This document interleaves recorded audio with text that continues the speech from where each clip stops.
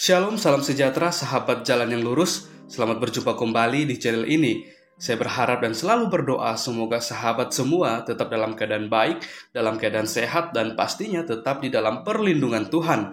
Saya juga mengucapkan banyak terima kasih kepada semua sahabat yang selalu setia untuk meluangkan waktu menonton video-video di channel ini dan juga terus mendukung perkembangan channel ini dengan mengklik tombol subscribe, like, komen, dan juga share kepada teman-teman yang lain supaya teman-teman yang lain juga boleh mendapatkan informasi seputar iman kekristenan. Kiranya Tuhan Yesus memberkati kita semua.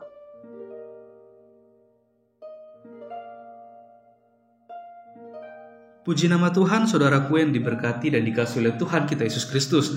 Di kesempatan kali ini kita akan kembali lagi bersama-sama menyaksikan suatu diskusi atau debat, dan juga ini merupakan suatu pemaparan tentang materi yang akan dibawakan oleh Ibu Sofiatul Al-Hayat bersama dengan teman-teman apologet Kristen berkaitan dengan iman kekristenan, dan juga hal ini menyangkut dengan kepercayaan atau iman dari teman-teman para polemikus, di mana di dalam diskusi debat ini Ibu Sofiatul secara tidak langsung akan mengajari para polemikus ini yang kerap kali selalu menggunakan ayat-ayat Alkitab untuk menjadi bahan untuk mereka berdebat dan menyerang iman kekristenan, dan bagaimana kita akan melihat bagaimana Ibu Sofiatul akan membukakan setiap data dan fakta yang berkaitan dengan iman kekristenan, dengan iman sahabat-sahabat polemikus ini, supaya mereka semua boleh dicerahkan, supaya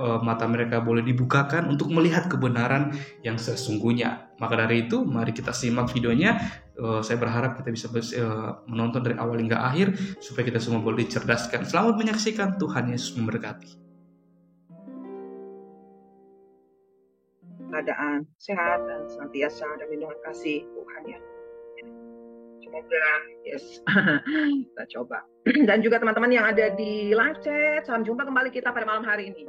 Jadi pada malam ini kita akan membahas bukan materi sih ya, diskusi. Kita akan diskusi dan menjawab setiap pertanyaan dan pernyataan sesat dari polemikus yang saya bisa sebut salah satunya yang kita akan bidik malam ini adalah si Kores mulut tong-tong gitu ya, si mulut tong-tong, mulut dia sama besarnya nih corong nih, ini apa namanya, ini toa lebih kencang daripada toa mulut dia, daripada otak dia, jadi makanya yang ada jadinya tong-tong kosong.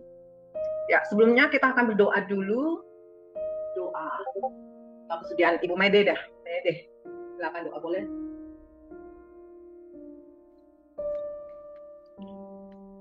Saya ya yang pimpin doa. Ya. Oke.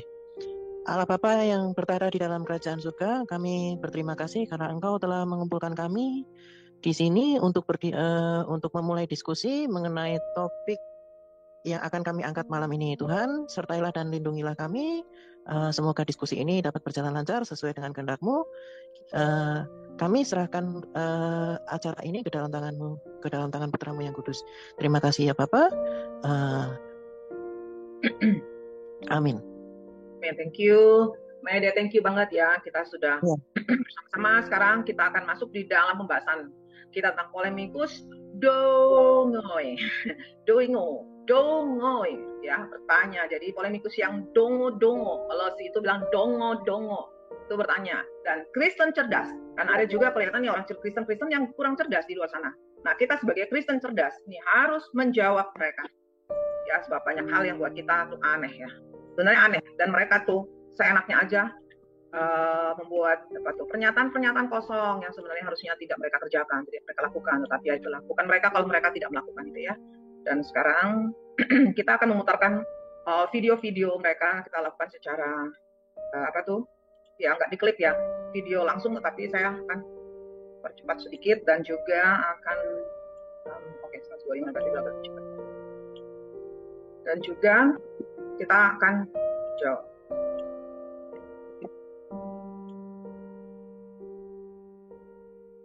Pertama, oke, apakah kita akan menjawab pertanyaan dulu atau kita masuk langsung ke videonya ya? Kelihatannya video si Kores ini lebih menarik.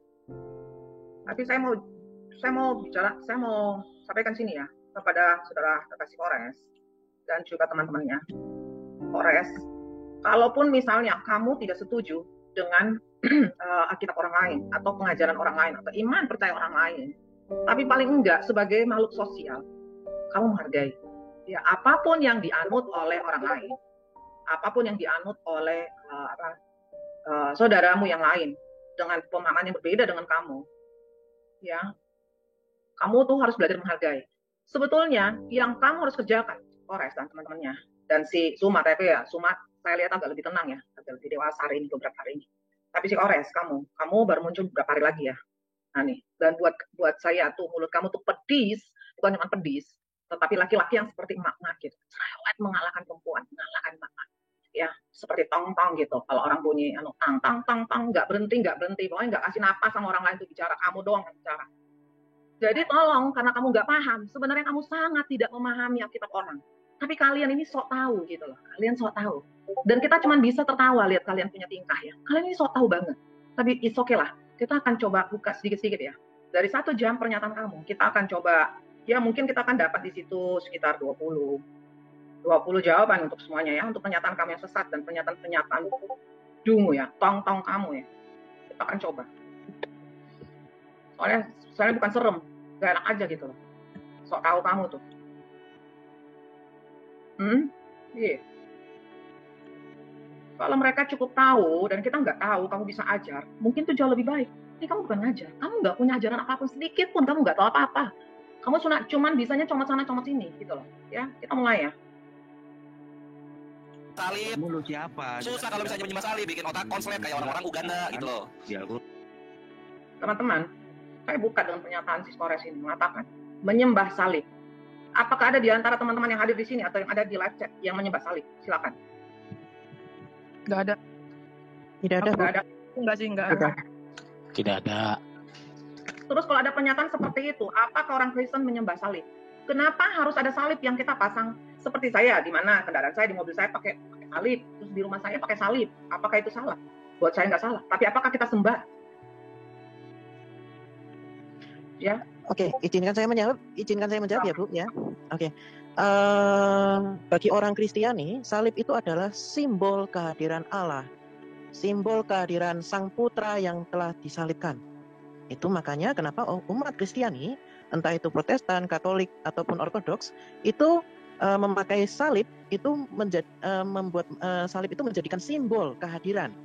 Seperti itu, simbol kehadiran Sang Firman Allah di dalam diri kita, di dalam keluarga kita, maupun di mana saja kita berada. Seperti itu, Bu. Terima kasih. Ya, ya teman-teman yang lain coba. Apakah kita menyembah salib? Ya benar ya. Karena yang kita lihat itu bukan penyembahan salibnya, tapi simbol yang dipakai oleh Yesus sebagai tanda bahwa dia pernah mengalami salib.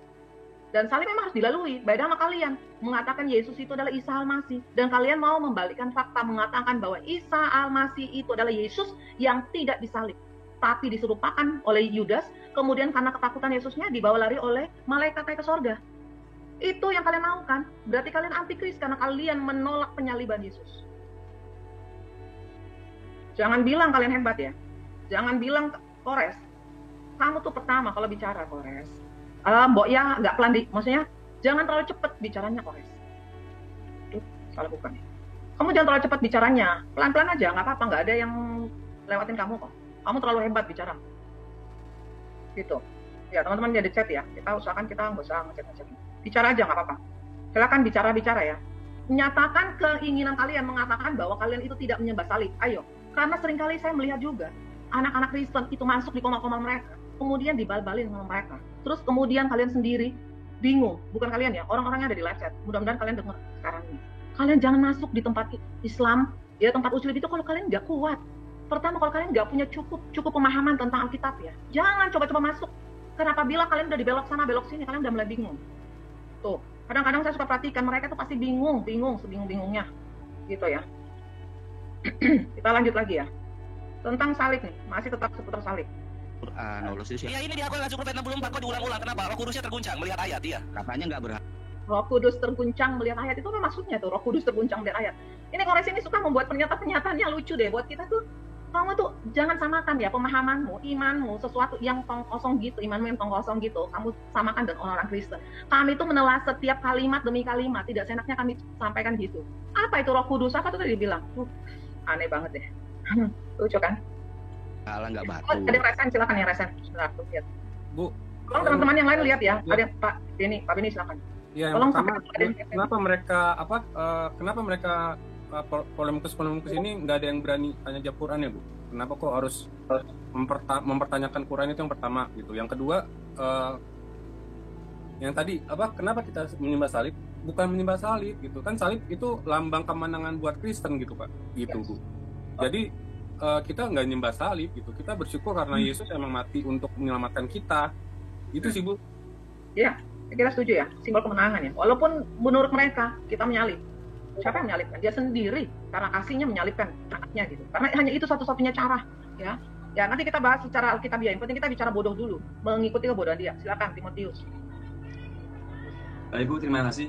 Saya ini juga emang agak lucu ya kalau lihat teman-teman dari Muslim ini menafsirkan tentang Alkitab gitu loh. Karena pemahamannya saja sudah beda, teologinya saja sudah berbeda, tapi seakan-akan dipaksakan gitu dengan pemahamannya Muslim itu memaksakan Alkitab itu sesuai dengan apa yang diinginkan mereka. Jadi kan itu hasilnya lucu gitu loh, Bu. Kalau kita saling berargumentasi gitu lucu karena ya berkontradiksi antara satu dengan yang lain. Jadi kalau mau diskusi yang paling tepat apa ya, kita bicara sejarah, bicara arkeologi. Nah itu baru ketahuan asal usulnya mereka dari mana. Itu kalau dari saya, Bu, ya, untuk teman-teman Muslim ini. Ya kalau saya sebenarnya kita juga jangan terlalu jangan sampai kita tertarik dengan cara pandangnya orang Muslim ini. Jadi supaya kita juga tahu tuh gimana kita menjawabnya. Jadi jangan sampai kita ngikutin dia sih. Itu aja dari saya, Bu. Iya, artinya flow-nya jangan ikut mereka ya. Kita punya flow sendiri, hanya memang kita banyak nggak kuat. Silakan Phoenix. Jadi sebenarnya begini, kalau saya lihat bahwa konteksnya yang saya lihat mereka melakukan seperti itu, mereka hanya mencari kesalahan-kesalahan saja. Jadi mereka melakukan penyerangan untuk iman Kristen. Salib, dikatakan kita menyembah salib. Sebenarnya salib itu kan itu lambang kemenangan dari iman Kristen. Bahkan sekarang itu gereja-gereja setan salib terbalik malah itu lambang telah bahwa iblis telah mengalahkan mau mencari mematahkan kuasa salib itu. Bahkan sekarang kan ada banyak itu kalau kita lihat di gereja-gereja setan gambar salib terbalik lah ya.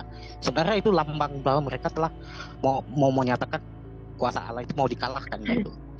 Mungkin itu menurut saya, dan saya lihat juga gini juga, Bu, yang saya lihat ya, mereka asal congor aja. Yang kedua, kalau kita masuk ke Zoom mereka, kalau saya pernah mengalami bahwa ketika saya masuk, mereka langsung tidak diberikan kesempatan gitu. Jadi kita percuma untuk apa masuk ke situ gitu aja, menurut saya sih. Ya, saya kasih clue ya, teman-teman kalau masuk ke sana, kalau masuk di Komal Uclin, pertama buat regulation dulu, buat rule dulu. Rule-nya apa nih? Head to head atau rule-nya seperti kayak tadi ya, rule-nya head to head atau rule satu pertanyaan dijawab dan kemudian balas dengan pertanyaan. Kalau nggak kasih tinggal, karena mereka cuma takia-takia doang gitu. Framing yang berkepanjangan yang dimana mereka sendiri menambah kebotolannya. Mereka itu nggak bisa mendengarkan orang lain karena mereka saja bisa bicara tanpa. Telinga mereka itu kejang-kejang kalau dengar firman. Itu salah satu pekerjaan iblis. Nah, kemudian kalau misalnya memang mereka dengan caranya kan itu si Kores punya gaya itu cepet-cepetan lah, ya. Saya tahu cara dia. Dia cepat bertanya dengan maksud kita cepat-cepat menjawab. Jangan ikut flow dia, santai aja. Tetap jangan jawab sampai pertanyaannya itu satu doang dijawab. Jangan ikut flow-nya. Itu si Kores itu otaknya tuh dari didengkul. Jadi makanya sok hebat banget gitu. Makanya dia beri nama dirinya Kores Kristus. Fred, Kristus tahu nggak dia artinya Kristus? Dia itu Mesias, baru sok tahu pakai nama Mesias juga dia. Aduh, Kores. Terus satu lagi Kores ya, kamu perlu tahu arti salib. Salib itu bicara tentang kasih, ya. Salib itu kasih. Bagaimana yang vertikal dan horizontal itu menunjukkan adalah kasih. Kasih Allah kepada manusia dan kasih kita kepada Allah dan kasih kepada sesama seperti mengasihi diri sendiri. Itulah kasih yang sesungguhnya. Salib itu karena kasih lah makanya ada salib. Kalau bukan karena kasih Allah nggak ada salib. Tapi sayang kamu memang buta tuli, kalian itu buta matanya nggak bisa melihat yang banyak hal yang terjadi. Oke, kita lanjutkan ya. Kita sekaligus mendengarkan kesesatan dia. Dan buat kita tuh cukup bagus untuk kita belajar cara dia ngomong ini. Si Kores benar-benar sok tahu banget. Aku, ngeri. Lah yang menghapus dosa jelas. Loh, kalau yang batu ya yang di sini. Bukan, orang sementara bicara, dia samber lagi bicara. Sepertinya kayak dia aja yang punya mulut gitu loh. Emang dasar mulut emak-emak. Si Tom. Ya itu tadi saya bilang tadi, Bu. Saya pernah juga kan. Saya coba, kita tidak dikasih untuk menyampaikan sepatah dua patah kata. Jadi semua kita hanya jadi bahan tertawan bagi mereka begitu. Jadi nggak dikasih kesempatan untuk menjawab. Ya, oke, gak usah curhat ya. Intinya gini, tadi siang si mereka itu mama karena mereka pada nggak masuk, orang Kristen pada nggak masuk. Itu mereka ngemis loh. Ayo mari silakan yang oten, silakan masuk, ayo diskusi, silakan oten. Ada berapa lama? Cukup lama loh. Ayo silakan oten. Kalau ada yang Islam masuk mereka, ya sudah kamu turun dulu ya. Kita sekarang lagi cari oten. Ayo oten. Kenapa? Aku buat konten mereka. Kampungan sekali cari duit dari situ. Cari koin, Bu. Iya makanya, kasihan banget ya. Cari viewer.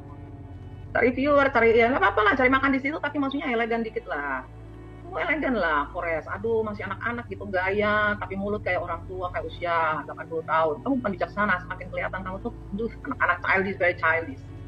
Kita lihat lagi ya nih. Oh, kamu gimana sih, salah dalil kamu. Batu tuh di sini loh, kalau yang batu perhatikan. Nih, kisah para apostolos. Aduh, ini tuh aku seneng banget ngulang-ngulang dalil ini. Kenapa? So tahu. Ini loh, ini yang batu tuh yang ini loh. Kenapa kalian menyembah Yesus? Bukan kalian sih, maksudnya orang-orang Kristen penghujat nih. Kisah para apostolos nomor 4. Nah, ini dibaca ini. Ini apa ini? Apa ini? Ini apa nih? Apa ini? Kalian yang menyembah batu berkelak. Oke, Yesus menyembah batu. Yesus adalah batu, jadi kita menyembah batu. Maksud kamu apa nih? Apa lanjutannya nih? Apa dikatakan batu penjuru? Batu penjuru atau batu nih? Ya, kan teman-teman? Itu ngaco banget, Bu. Itu kan kayak maksudnya umpama kan ya, Bu ya? Yesus adalah batu penjuru kan? Jadi tapi bukan dia bilang Yesus adalah batu, jadi kita menyembah batu. Oke. Anggap aja Yesus adalah batu, jadi kita menyembah batu. Apa benar kita menyembah batu? Enggak lah, Bu. Emang mereka gitu ya. Kalau mereka menyembah batu, jauh-jauh bayar sampai 60 juta, 150 juta, ya. Khusus untuk menyembah batu kan? Aku mau lurusin itu sih, Bu, yang batu tadi. Nah, itu sebenarnya kan ada di Mazmur ya. Itu batu penjuru yang dibuang tukang bangunan. Itu sebenarnya bukan batu literal ya, batu gitu. Nah, jadi itu orang tuh harus baca Alkitab sampai selesai itu baru ngerti.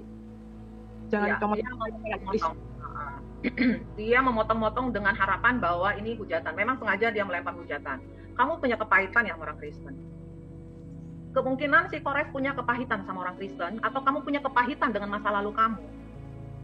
Kalau kamu punya kepahitan Kores, datang sama Tuhan. Silakan, Mede. Oke, Bu. Maaf ya, saya di sini mau bongkar-bongkaran saja siapa Kores. Jadi Kores itu dulu punya istri, itu orang Kristen dulu. Nah, kemudian dia bercerai. Ya, asal kalian tahu, Kores ini adalah debater lama.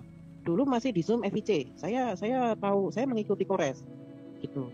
Jadi dia dulu pernah bercerai dengan istrinya yang notabene Kristen gitu. Makanya dia gini ya, Kores itu punya gimana ya, kepahitan atau kayak semacam sakit hati dari masa lalunya. Seperti itu, Bu. Kelihatannya gitu. Iya. Kelihatannya punya masa lalu yang menyakitkan buat dia. Betul. Masa lalu yang kelihatan dari cara ngomong dia, benar. Iya. Kelihatan dari cara ngomong dia yang mengatakan benar-benar Yesus itu nggak ada apa-apanya. Sampai sebentar dia mengatakan Yesus ada kotoran ya. Bentar kita akan masuk lebih lagi. Jadi kepahitan dia membuat dia semakin hancur. Kores, kamu akan hancur sendiri dari dirimu karena kepahitan. Kepahitan tau nggak? Yang pahit itu akan merusak. Ingat, kalau kamu tidak bertobat, kepahitan itu akan menghancurkan dirimu. Minimal kamu kena yang namanya sakit liver. Minimal liver. Apalagi kalau kamu peminum perokok. Sorry itu saya. Ya, saya beritahu kamu. Silakan, Benny Pardede. Iya, Bu. Si Kores ini ternyata sakit hati, Bu ya. Ya seharusnya jangan nyalain Tuhan lah, Bu, gitu kan? Iya. Gitu kan? Harus dibereskan dulu gitu. Selain sakit hati, dia itu punya luka dendam gitu karena istrinya dulu entah menceraikan dia karena kelakuannya dia itu lebih bajingan ya. Kalau di luar sana ya, kelakuannya dia memang ya dia itu punya villa di Bali gitu kan. Kalau nggak salah itu. Terus kemudian sebelum menikah dengan istrinya yang sekarang si Afifah. Nah, itu makanya saya itu sebenarnya mengikuti Kores itu sudah lama sekali gitu kan, karena dia juga orang lama, katakanlah seperti itu. Nandar, Kores, Suma, Riva itu mereka satu komplotan. Jadi sama dodolnya gitu ya, sama cara pandang mereka, otaknya tuh sama, kayaknya itu satu tong. Iya, bahkan mereka satu grup PA. Jadi sebelum mereka naik, mereka itu sudah bagi tugas, Bu. Gitu, misalkan siapa yang mode keras, siapa yang mode kalem, seperti itu. Jadi sebelum mereka naik ke Komal, itu mereka biasanya terorganisir, Bu. Jadi siapa yang mode keras, siapa yang mode kalem, seperti itu sudah diatur. Mereka itu sudah punya skenario gitu. Artinya licik ya. Mereka bukan, kalau kita kan dikatakan kamu cerdik seperti ular, tapi tulus seperti merpati. Mereka licik dan licin seperti ular. Dan memang gitulah, akhirnya gitu. Karena bapaknya adalah iblis. Iya. Iblis, anak Seperti lahir itu, Bu. iblis melahirkan iblis juga. Iya. Ya, banyak orang kepahitan. Ya, dia kepahitan karena mungkin dia disia-siakan istrinya, atau mungkin dia juga tidak bertanggung jawab, mungkin dia hidup dalam drugs, kita nggak tahu. Ya, yang pasti bukan cerita tentang masa lalu kamu, Kores, tapi karena kepahitan kamu membuat kita harus mengatakan kamu harus bertobat. Paling enggak cari Tuhanmu, cari Allahmu, dan kemudian kamu bilang, minta ampun sama Allah, supaya kamu mulutmu tidak terlalu cepat berbicara. Ya, otakmu yang harus berbicara banyak dan hatimu berbicara. Cari kebenaran selama kamu masih diberikan kehidupan. Kita lanjut lagi ya. Saya perhatikan memang ini Kores. Cukup lama dia nggak tampil. Sekarang dia tampil dengan gaya baru, tetapi wow, ngeri. Amin. Woi. Ya itu adalah batu. Hidup kok. Nangis. Ini Yesus adalah batu kok. Dibilang kita nyembah batu. Gimana sih? Iya, baca yang benar itu di mana itu? Itu sudah baca kisah para apostolos. Kamu ini kisah para apostolos 4 loh. Nomor 11 kamu baca ini apa? Penyembah batu berkelamin kok malah kita larinya. Nah ini Yesus adalah batu ini. Kalian nyembah Yesus. Penyembah batu berkelamin. Penyembah batu berkelamin. Emang ada batu berkelamin? Kamu jangan-jangan nggak punya kelamin. Ya.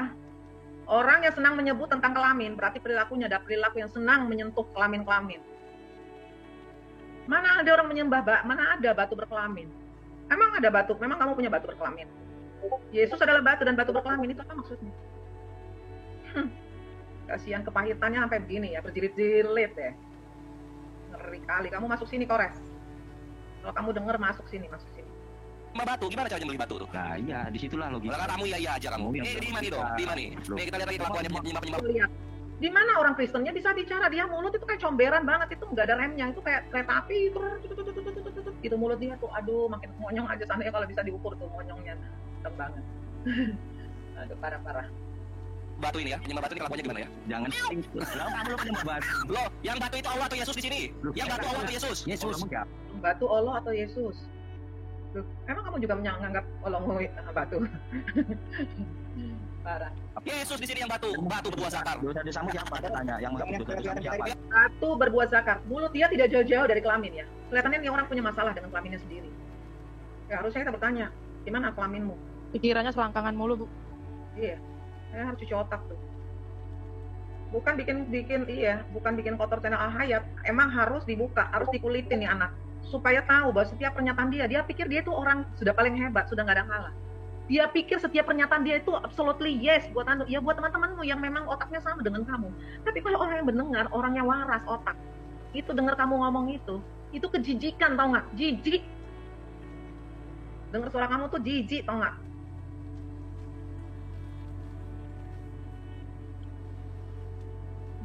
Dia pikir dia sudah paling hebat sampai ngomong gitu seenaknya. Nggak dipikir, dia nggak tahu ini konteksnya gimana. Nah sementara orang-orang udah beritahu ini uclim-uclim. Kalau membaca Alkitab itu by konteks, cek ini konteksnya apa, perikopnya apa gitu loh, Kores. Aduh, Ya, yang kamu ini dosa kami Allah lah gimana? Kalau kalian batu dia ngelakuin dosa rukun Islam yang kalau misalnya kelihatan Tuhan kami apa bedanya dengan pagan-pagan Yunani dan Romawi seperti Kristen? Apa bedanya? Nah, itu Kristen adalah pagan Romawi dan pagan Yunani gimana, Brother? Udah lihat, Brother. Apa memang benar Kristen adalah pagan Yunani dan Romawi? Itu adalah hoax gitu. Dapat dari mana menyatakan bahwa itu Kristen adalah dari suaraku kedengeran nggak, Bu? Ya rame sih, ada background nyanyi di belakang. Apa? Ada background sih, tapi oke lah. Ya sebenarnya sih dikatakan oleh si Slayer itu. Jangan kecil suaranya lagi tadi. Ya. Aduh. Halo. Jangan dikirin suaranya. Tadi udah bagus pertama kali. Ya sebenarnya sih itu bohong ya kalau mengatakan bahwa dapat dari pagan Romawi. Sebenarnya Romawi itu mempunyai dewa sendiri, namanya itu Jupiter gitu. Kalau mengatakan bahwa dari pagan Romawi, pertanyaannya bagaimana, apakah ada buktinya kalau Romawi itu adalah dulunya itu beragama Kristen sebelum zamannya Yesus gitu. Buktikan. Pagan Romawi ini gimana sih, Bro? Ciri-cirinya jangan-jangan nyentuh mereka tuh. Sebenarnya tuh Romawi itu mempunyai dewa sendiri ya, namanya tuh dewa Jupiter gitu. Sedangkan Yunani itu ada dua, antara Athena sama Zeus gitu. Nah itu kalau kita melihat berdasarkan arkeologi, kalau kita lihat di dalam Wahyu, kitab Wahyu, yang dimana di situ dikatakan jemaat iblis. Itu kalau berdasarkan arkeologi Perjanjian Baru, itu yang dimaksud itu adalah kuilnya Zeus. Gitu. Iya. Gitu. Contohnya Zeus berarti mirip-mirip dengan gaya mereka dong ya? Ya nggak tahu lagi gitu loh. Makanya kalau misalnya si Kores mengatakan bahwa kekristenan itu berasal dari pagan Romawi dan pagan Yunani, mana buktinya? Data primernya. Karena Romawi sendiri punya dewa namanya Jupiter, sedangkan Yunani itu punya dewa yang namanya dewa Athena dan Zeus. Tapi secara mayoritas itu meyakini terhadap yang namanya dewa Zeus, gitu. Jadi di Yunani itu mempunyai banyak dewa. Pertama namanya itu dewa Ares. Dewa Ares itu dewa perang. Hades itu dewa kematian. Poseidon itu dewa laut itu. Dan juga dewa Zeus. Zeus itu kan sebenarnya kan dewa petir gitu ya. Cuman yang bagi pandangan Yunani kuno itu menganggap bahwa Zeus itu adalah dewa langit. Tahtanya ada di langit, menganggapnya seperti itu. Nah, begitu pun juga banyak dewa-dewa ini. Apakah Kristen kenal dengan ini? Pasti nggak kenal, nggak tahu, gitu loh. Bahkan yang dewa-dewa yang diyakini ini, itu adalah dewa-dewa yang diyakini oleh yang namanya salah satu Socrates, gitu. Makanya Socrates sendiri itu menganggap dirinya itu monoteis. Dia percaya dengan yang namanya dewa Zeus, gitu. Socrates itu kan muridnya berasal dari Plato, gitu. Ya, kalau mengatakan jadi inilah, tanpa adanya sejarah, tanpa adanya bukti, ini kalau bebas ini, gitu loh. Itu sampai saat ini saya tunggu Bu, bukti yang soalnya ini narasi ini pernah dilontarkan oleh Sani Munir, gitu. Sani Munir bilang gitu bahwa Yesus yang disembah oleh orang Israel, orang-orang Kristen itu Yesus bikinan Paulus. Sedangkan Yesus yang ada di dalam kitabnya itu dari kitabnya Yahudi. Kayaknya gitu. Iya, tadi kan terus kayak berjamaah gitu ya, sampaikan gitu. makanya waktu itu Pak Deki terus habis itu Pak siapa yang di Jawa Timur itu Pak Muriwali, terus habis itu Pak GP itu nunggu itu, mana buktinya gitu loh. Bahkan pernah dibuktikan berdasarkan literatur, berdasarkan pandangan Timur Dekat kuno atau Middle Age, itu Pak Deki itu pernah mengungkapkan bahwa orang-orang pagan dengan mereka itu lebih biadab mereka daripada Romawi, bahkan Romawi. Karena apa? Contohnya apa? Contohnya itu mengenai perkawinan, gitu. Kalau pagan Yunani atau pagan Romawi, pagan lah ya, gitu. Itu mau nikah itu rata-rata harus diwajibkan di usia 20 tahun. 20 tahun. Mereka. Iya. Mereka itu siapa maksudnya? Ya, Kores and the Gang. Kores and the Gang, iya. Itu tahu kan yang namanya Muta itu. Usia berapa? Gitu. Ya balita 96 tahun. Gitu. Itu pernah dibuktikan loh sama Pak Dek gitu. Sampai berdasarkan tradisi-tradisi yang waktu nggak salah itu merespon tanggapan dari guru Gempul, gitu.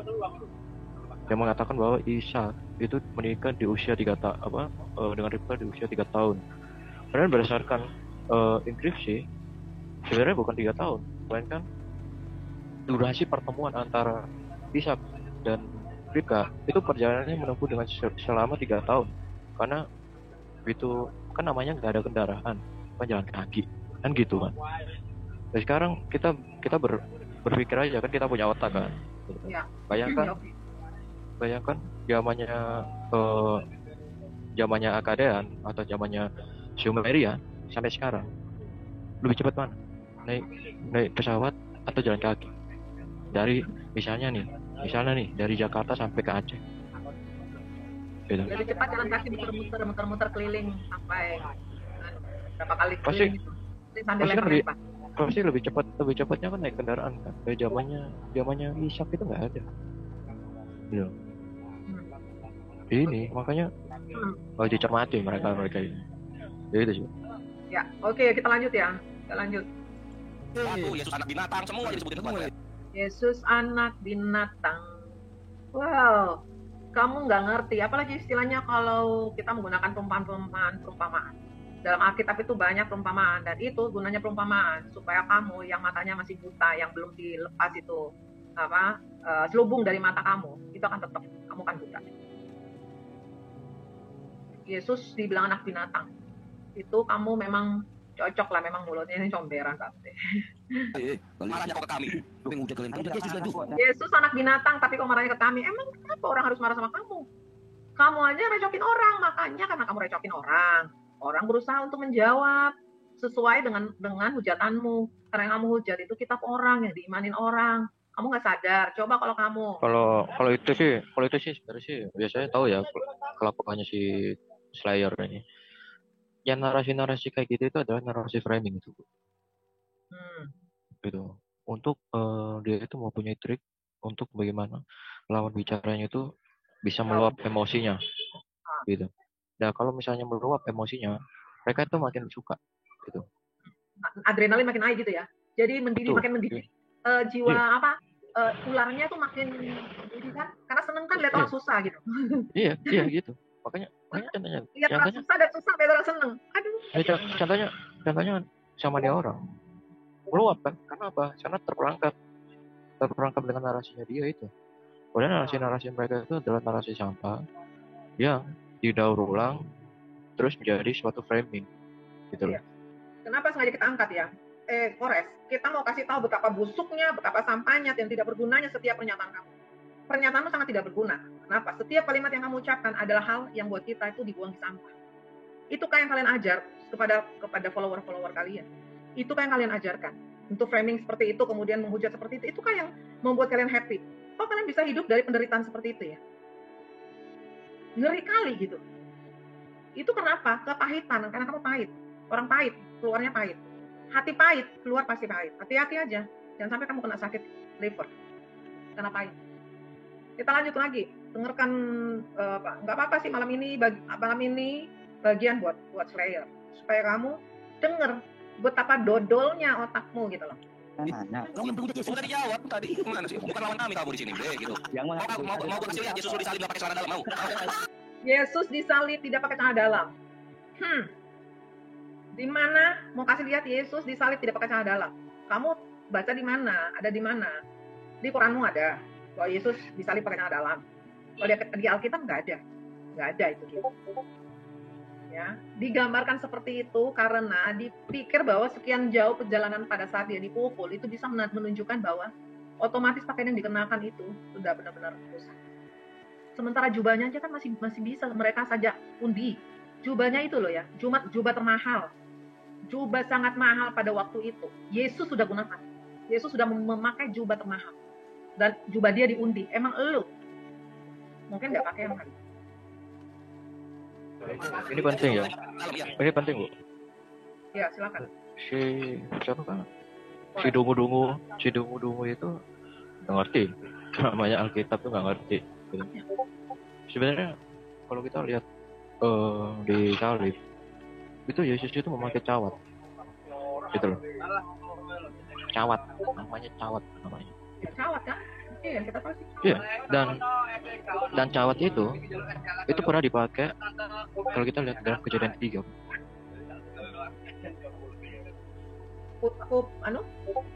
Ya boleh.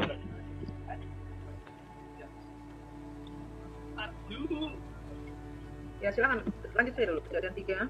Kejadian 3 ayat yang ke-8. Atau 7 aja, sorry, 7.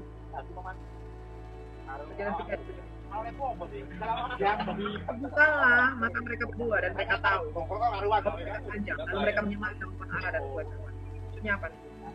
Nah itu, jadi makna ketika dia memakai cawat itu adalah salah satu bentuk di mana manusia itu pada mulanya itu jatuh ke dalam dosa. Gitu loh. Makanya si Adam itu ketika matanya terbuka, maka dia itu bikin cawat. Dan cawat ini itu salah satu bentuk kalau secara teologisnya itu usaha manusia itu. Nah, oleh karena itulah ketika dia memakai cawat itu, maka datanglah Adonai kan, ayat yang ke-8 itu adalah sang firman. Nah, setelah dia memakai cawat, dia kan mempunyai perasaan yang bimbang, ketakutan. Itu kalau misalnya Adonai itu bertanya, itu adalah salah satu bentuk itu penghakiman. Gitu. Nah, oleh karena itu setelah memakai cawat itu kan makanya diganti kan dengan kulit binatang. Itu adalah salah satu bentuk yang namanya kurbanot. Gitu. Nah, sama dengan Yesus. Yesus itu memakai cawat itu sebagai bukti apa? Manusia itu tidak bisa berbuat apa-apa tanpa usahanya sendiri. Gitu loh. Makanya itulah sang firman juga bertujuan rela mati dengan atas kasihnya. Itu menandakan bahwa manusia itu tidak bersalah. Gitu loh. Sejak di zaman di Taman Eden itu.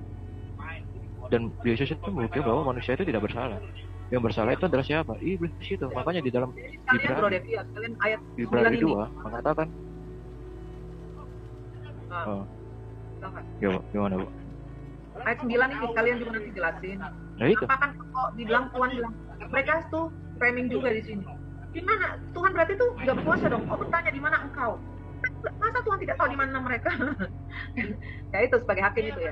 Itu maksudnya iya sebagai hakim gitu loh. Karena apa? Karena manusia itu telah hilang kemuliaan gitu. Tubuh kemuliaannya itu telah hilang, telah pudar gitu. Atau bisa dikatakan telah kusut gitu. Makanya manusia kan ketika diadili ini kan dalam bentuk pengadilan ya kan, atau penghakiman. Makanya kan Adam itu kan ketakutan. Dia bilang, perempuan yang engkau buat untuk menampingi diriku ya karena membuat aku seperti ini gitu. Jadi salah menyalahkan gitu. Dan ada salah satu bentuk tidak punya pendirian gitu. Dan makanya itulah Yesus mengatakan apa? Jikalau engkau mengatakan ya, kalau kamu katakan ya. Nah Adam tidak mengatakan ya, tapi mengatakan tidak, melainkan dia menyalahkan orang lain gitu loh. Seperti itu. Jadi sejak itulah manusia saling menyalahkan kali ya, karena Adam sudah memberikan warisan saling menyalahkan. Oke, ya kita lanjut ya. Oh iya jangan. Mau kasih lihat lo video-video Yesus yang pargoy, mau? Itu apa? Tuhan itu nggak boleh kelihatan bentuknya. Nanti dibikin yang aneh-aneh oleh manusia kurang ajar gitu. Tuhan tidak bisa kelihatan bentuknya karena nanti dijadikan bahan yang aneh-aneh. Dia nggak paham arti Tuhan ya. Tolong jelasin, bisa siapa teman-teman? Jelasin arti kata Tuhan dengan Allah, perbedaan antara Tuhan dan Allah. Karena dia melihat ya Tuhan kan itu harusnya tidak bisa kelihatan. Sementara Tuhan juga itu adalah Tuhan, itu adalah Lord, gitu. Sehingga dia mengatakan bahwa Tuhan nggak bisa dibentuk, Tuhan tidak bisa kita gambarkan. Gitu. Nah, sementara kita bisa menggambarkan Yesus Kristus yang adalah Tuhan kita. Nah, bagaimana awalnya sampai kita bisa menggambarkan tentang keberadaan Yesus Kristus sebagai Tuhan kita? Filosofinya di mana tuh, Bro? Ya teman-teman yang lain silakan juga ya. Saya nggak tahu siapa yang akan berpartisipasi. Kalau yang tahu persis dengan ini silakan ya. Iya. Ini terkadang itu mereka itu wajar ya, nggak tahu perbedaan Tuhan dan Allah. Jangan wajar gitu. Tergantung termasuk di kita sendiri juga banyak yang nggak ngerti. Gitu. Allah itu adalah kesembahan atau bisa dikatakan kehakikatan. Itu kalau di dalam Kristen. Nah, sedangkan Tuhan itu adalah gelar kepenguasaan. Gitu. Makanya Yesus mengatakan apa? Segala kuasa baik di bumi dan di sorga telah diserahkan kepada aku. Itu dalam artian apa? Manusia itu sudah tidak lagi dihakimi atas maut. Karena apa? Karena penguasaannya itu ya sang firman itu sendiri gitu loh. Dia yang berkuasa di sorga itu adalah sang firman. Sedangkan yang di bumi itu adalah sang Mesias gitu. Nah, kalau mengatakan bahwa Tuhan itu tidak boleh dibentuk, jangan-jangan Cipores juga lupa di dalam kitabnya surah sapi betina Wah, Yang di akhir coba zaman itu yang datang, di akhir zaman yang datang itu siapa, Korex? Ketik aja Bu di Google. Surat sapi betina yang nomor berapa? 210. Betina 210 ya. Al-Baqarah. Bentar ya, kita coba sih. Kita mau kasih tahu publik ya. Surah Al-Baqarah ya, surah sapi betina. Ah, yang mana?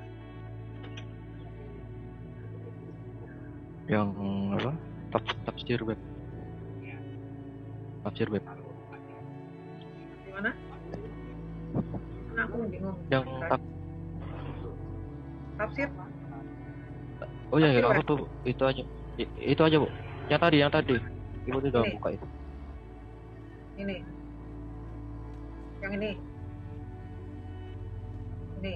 Bukan. Itu surah berapa itu? Surah itu 210. Ya coba sih Bu atasnya Bu. Ini tidak ada yang mereka tunggu Ini. catatannya. Asap itu nggak ada Bu.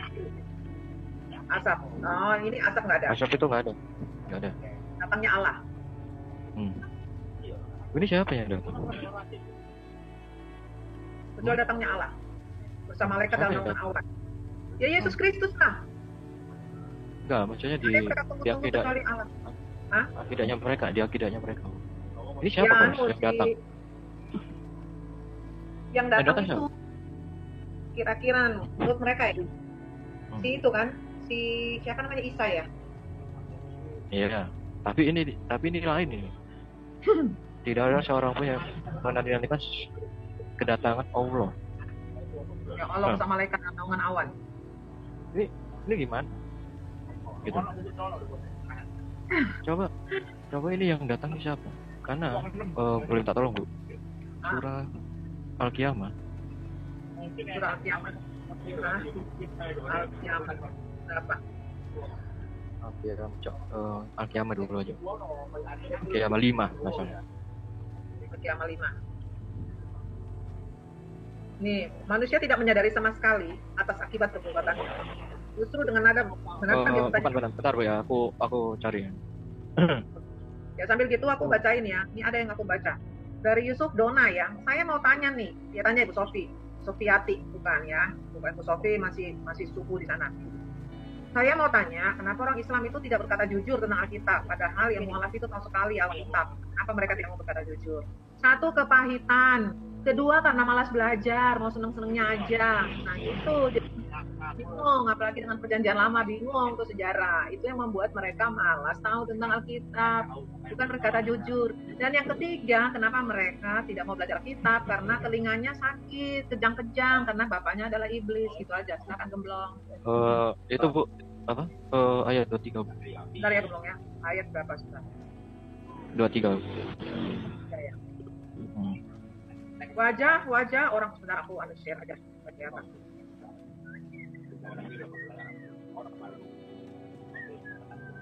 Al-Qiyamah ya, wajah-wajah orang mukmin pada hari itu di akhirat berseri-seri karena rasa bahagia yang ada padanya ketika memandang Tuhannya. Coba. Itu mandang siapa ya? Mandang Tuhan. Tuhan. Nah, terakhir.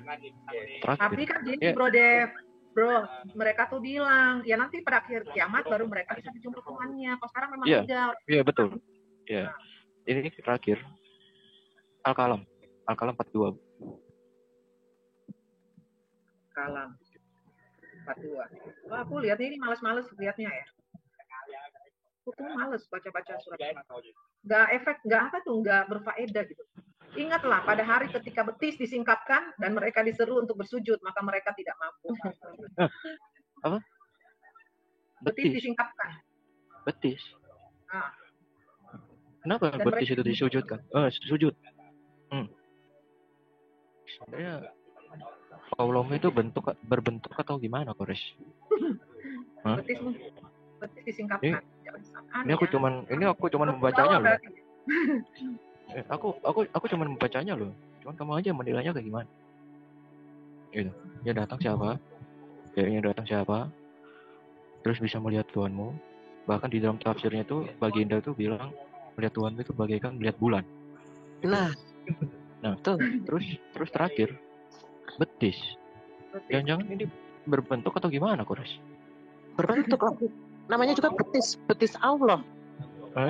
Kalau sudah bilang betis, bahwa di situ ayat itu ada betis, otomatis betis itu kan wujud ya, wujud dari zat seperti itu kan.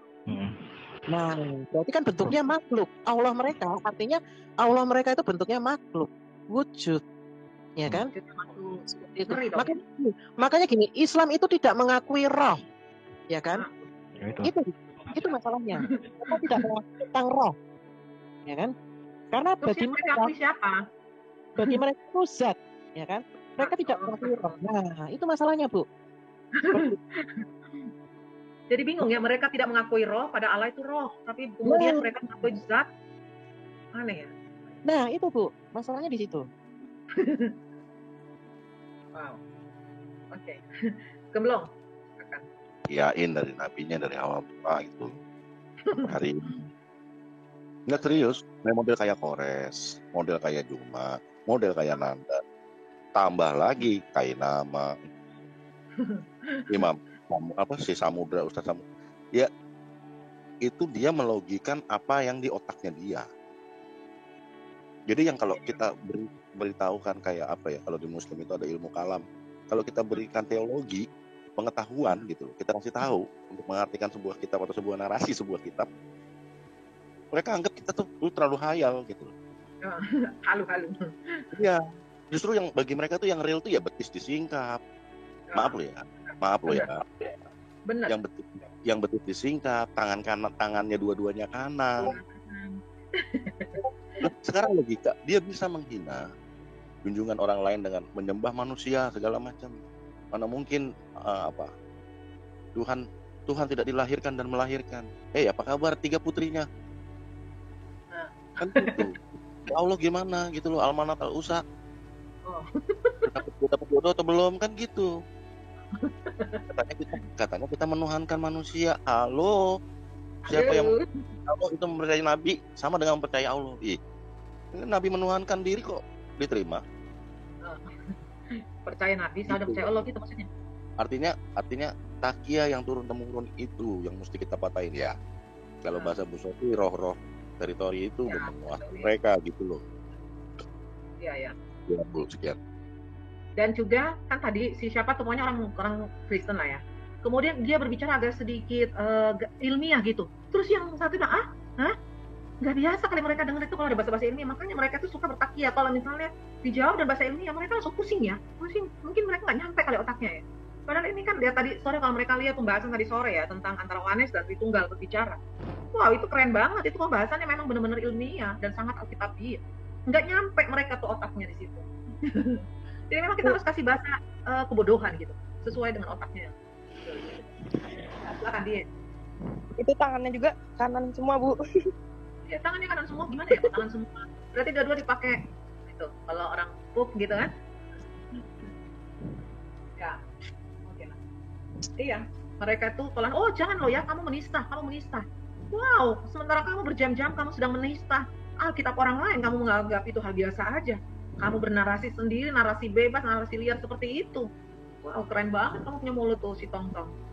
Yesus lo itu sering digambar-gambarin yang berbentuk LGBTQ pelangi-pelangi. Berbentuk Yesus itu dibentuk seperti LGBT pelangi-pelangi. Apa maksudnya? LGBT. Yesus itu seorang yang tidak berdosa loh ya. Jelas Alkitab menjelaskan tentang itu karena begitu besar kasih Allah akan dunia ini sehingga ia mengaruniakan anaknya yang tunggal. Allah membenci dosa. Bagaimana bisa dia mengizinkan anaknya melakukan LGBT?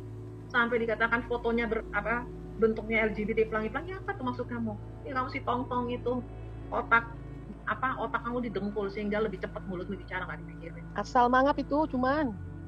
Makanya ngomong dikit udah ujat. Kenapa sih?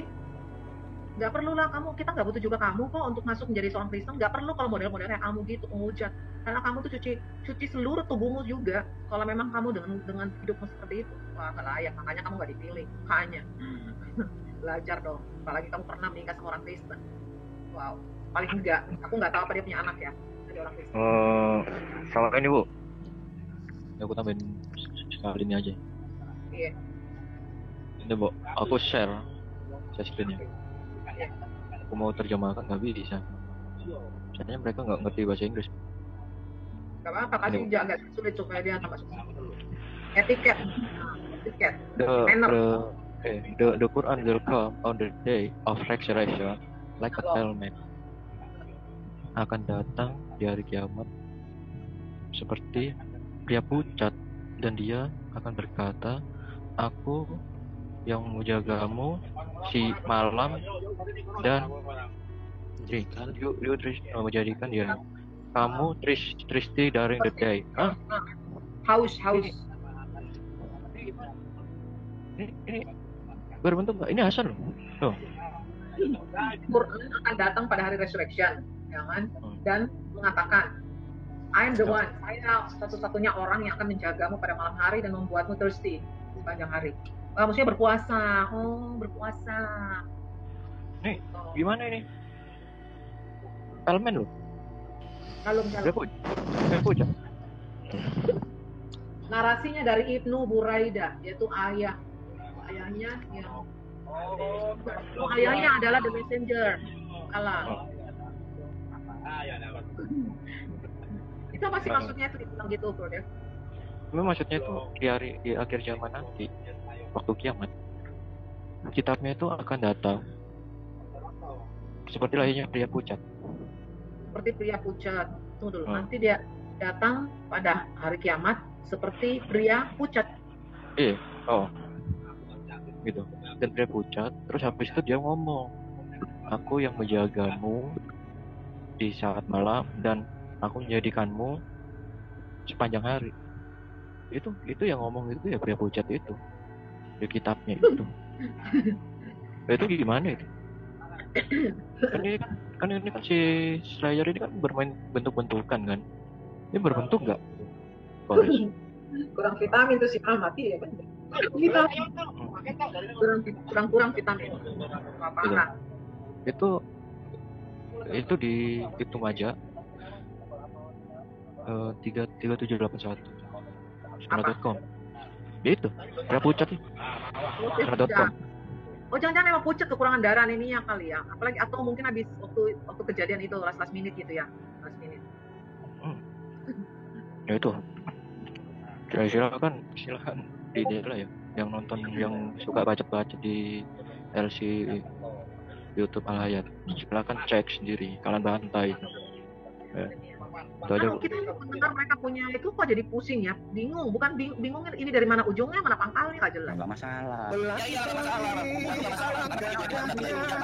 Merah kuning hijau di atas plafon. Kristen para penyembah Yesus itu cuma 2 ujungnya. Kalau nggak homo miskin itu terima. Penyembah Yesus cuma 2. Kalau tidak homo miskin, sorry ya, aku nggak homo, aku nggak miskin. Kalau kamu bilang penyembah Yesus hanya 2, kalau bukan homo miskin. Woi, ada di kitab kita loh yang nggak boleh menjadi pemburit loh. Nah, silakan teman-teman. Iya Bu. Silakan. Itu si Abdul itu nggak tahu kalau HP yang dia pakai itu buatan penyembah Yesus ya. Motor yang dia naik itu buatan penyembah Yesus. Penyembah Tuhannya kan? Ya penyembah Tuhannya cuma tahu buat parfum sama obat kuat Bu. Itu aja doang 2 itu. Kencing. Iya. Jualan obat. Jualan obat mereka. Jualan takia. Iya, obat takia itu Bu. Iya makanya dong, ngeri kali. Hanya ada 2 penyembah Yesus, gila nggak? Ini memang si congor ini, si tong-tong ini lebih cepat mulutnya daripada otaknya, karena otak didengkul, mulutnya lebih cepat keluar. Kepahitan deh, belum silakan. Masalah. Gini aja deh, untuk yang mau sehat, yang mau sehat. Teman-teman dari RT 6 atau mau pindah RW, pindah RT. Nah, ini saya kasih nih Bu, tolong dibuka Bu. Surah 57 Bu. Al-Hadid. Al-Hadid. Nama-namanya kalau lucu-lucu gitu. Enggak masih kotak. Al-Hadid ayat 3 Bu. Ini jangan-jangan nama nabi semua atau gimana ya? Kok masing-masing orang punya ayat? Itu kitab besi Bu. Oh, kitab besi. Oh, dialah yang awal, yang akhir, yang zahir dan yang batin, dan dia maha mengetahui segala sesuatu. Ini apa nih? Nah, udah denger ya, teman-teman udah tahu kan arahnya kemana? Iya. Mau sampai gila Nabi lo ngomong apa? Quran lo sendiri nulis, dialah yang awal dan yang akhir. Di kitab kami bolak-balik disebutin akulah Alfa dan Omega, yang awal dan yang akhir, yang lahir dan yang batin. mau 1000 nabi berjejer depan lo, kalau dia masih bukan yang awal dan yang akhir, goodbye. Cuman satu yang awal dan yang akhir. Loh, kan ini disempurnakan. Katanya kan ini disempurnakan, berarti menuju kepada Allahnya Mekah nih. Gimana dong kalau ada pertanyaan itu? Yang disempurnain yang mana? Dia aja bingung ke siapa. Ya, gini. Mereka itu mengambil isi Alkitab. Nah, mereka mengambil ayat-ayat di dalam Alkitab, kemudian mereka tempelkan, ya kan, kepada Allahnya mereka, supaya Allahnya mereka itu terlihat sempurna, gitu. Ya, Bu, seperti itu, Bu. Makanya jangan heran ketika kita membaca Quran, rata-rata ayat-ayatnya yang di dalam Quran itu mirip, gitu kan, dibikin mirip, memang sengaja dibikin mirip seperti itu. Tetapi kemudian kisahnya mereka putar balikan seperti itu. Jadi makanya ketika saya berdebat dengan mereka, saya bilang gini, Islam itu, sorry to say, kalian itu membangun sejarah kalian sendiri. Ya. Saya tekankan kepada mereka. Jadi kalian itu membangun sejarah kalian sendiri dengan histori kalian sendiri. Kalian bentuk itu kalian bentuk itu dengan begitu sempurna menurut kalian, gitu kan? Makanya kalian tuh membangun sejarah kalian sendiri. Allah kalian itu adalah Allah yang baru dikenal abad ke-7. Sorry itu saya. Kenapa? Zaman dahulu tidak ada namanya Allah SWT. Seperti itu. Ngaku sendiri, kayak tukang sate dong. Tapi aku mereka nggak padankan kitab dan Yahudi ya? Iya, silakan Yahudi. Saya sering jawab ya. Ya. Mau bantah omongannya. Ini nggak jawab loh ya, nggak jawab. Iya, jawab lah. Hak jawab sekaligus juga bertanya ke mereka kalau memang ada yang perlu ditanyain. Jangan mereka kerjaan dia cuman bertanya doang.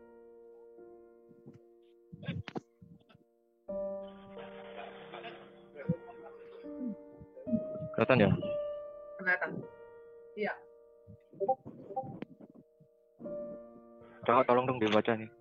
Yesus di Ka'bah. Rahasia gambar Maria dan Yesus di Ka'bah. Nah, ini dia nih. Nabi Muhammad memiliki penghormatan yang mendalam untuk Maryam sebagai ibu Yesus. Nah, sejarawan tertua Mekah, Asraki, yang meninggal tahun 858 Masehi, 858 Masehi loh ya, mengatakan bahwa di Ka'bah Mekah, di kolom terdekat pintu, ada gambar Maria dengan Yesus di lututnya, ya. Jadi Yesus di lututnya Maria gitu. Ketika Muhammad memasuki Mekah dengan kemenangan, dia memberi perintah untuk menghancurkan berhala Ka'bah dan lukisan pada nabi dan malaikatnya. Tetapi dikatakan bahwa ketika para pengikutnya mulai membasuh lukisan-lukisan itu dengan air dari sumur Zamzam, Muhammad meletakkan tangannya di atas lukisan Yesus dan Maria dan berkata, cuci semuanya kecuali yang ada di bawah tanganku. Nah, apakah kisah ini benar atau tidak? Tidak diragukan lagi bahwa Nabi sangat menghormati Yesus dan ibunya. Emang lu kualat sama Nabi lu. Betul. Kalau semisal harus mengatakan bahwa menyembah Yesus atau yang menghormati Yesus itu adalah homo, ya kan? Apakah nabimu juga bisa dikatakan homo, Kores? Menghormati loh, nabimu menghormati loh. Dia menyangkal kitabnya sendiri itu. Atau jangan-jangan dia nggak tahu isi kitabnya sendiri? Ini aku dapat, dan kebetulan aku punya bukunya. Itu di Ensiklopedia Islam. Nih, kan di bawahnya kan ada sumbernya kan. Sorry. Nih. Encyclopedia of Islam, KAC Creswell, A Short Account of Early Muslim Architecture, 1958, page 2. Bukunya kayak gini. Tuh, bukunya kayak gitu tuh, Kores. Kita bukan abal-abal punya. Tuh, Early Muslim Architecture, KAC Creswell. Tuh, apalagi? Nah. Gitu. Shalom Bu Sofi. Berarti Nabi bisa dikatakan shalom Mbak Sofi. Apakah bisa dikatakan Nabi juga homo?